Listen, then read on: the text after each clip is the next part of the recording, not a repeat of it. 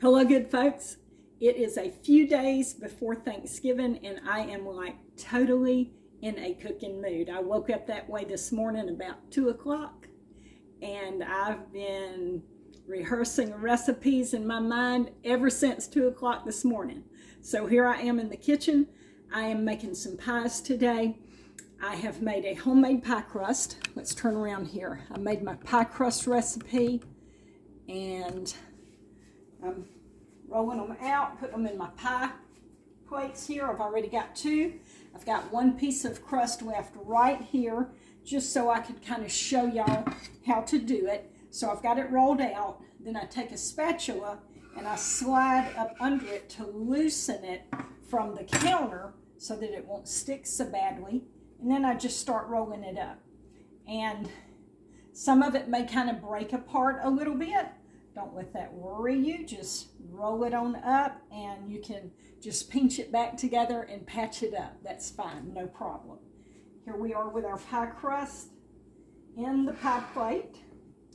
And these 3 pie plates that I have here, they were given to me for wedding gifts. So I have had these pie plates ever since 1983. So they're a special treasure to me that I got years and years ago when I got married. Okay, here we go. We've got it in here. Now, we want to just trim the edges up some, and any places that the pie crust has broken, we want to just pinch it together, and we'll be fine. I'm not really trying to make fancy edges on it this time. I just was trying to get 3 pie shells out of this recipe, roll it to where that I had enough for 3 pie shells. And if you're interested in the homemade pie crust, just look on South Alabama Cooking, scroll down until you find the recipe for Never Fail Pie Crust, and follow that recipe. Now, I know that everyone is not going to want to make homemade pie crust, and I want y'all to know that that is perfectly fine. If you don't have the time, some people don't have the time in their schedule to make homemade pie crust, or you just don't have the desire to make a homemade pie crust. That is perfectly fine. You can buy you some pie crust from the store, and that will be just fine. I've got my oven heated up to 375.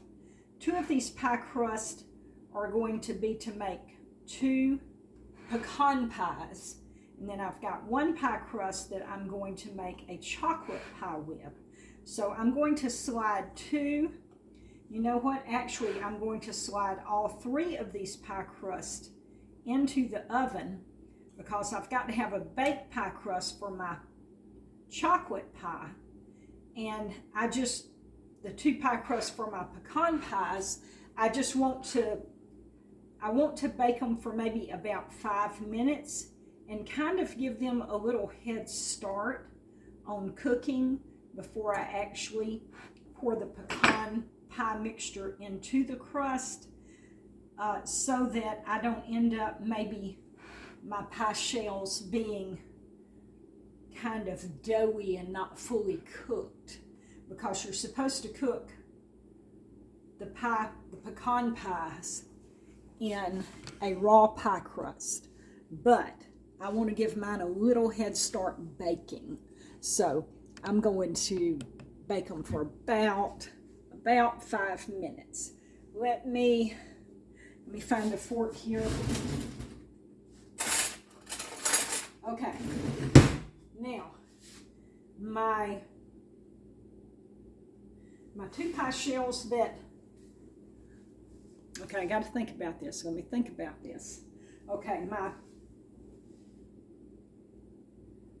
my pie shell that I'm going to do my chocolate pie, I'm going to prick this pie shell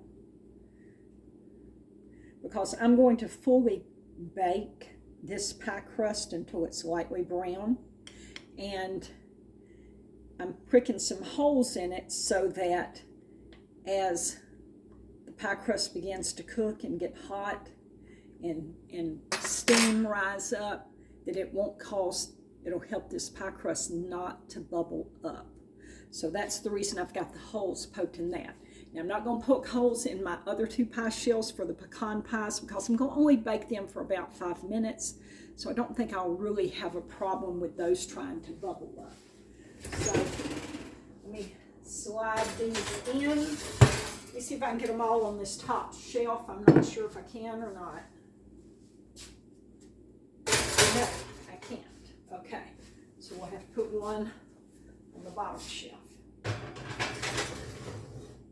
All right, we're going to let those pie crusts cook, and then we'll be back with our next steps for these pies.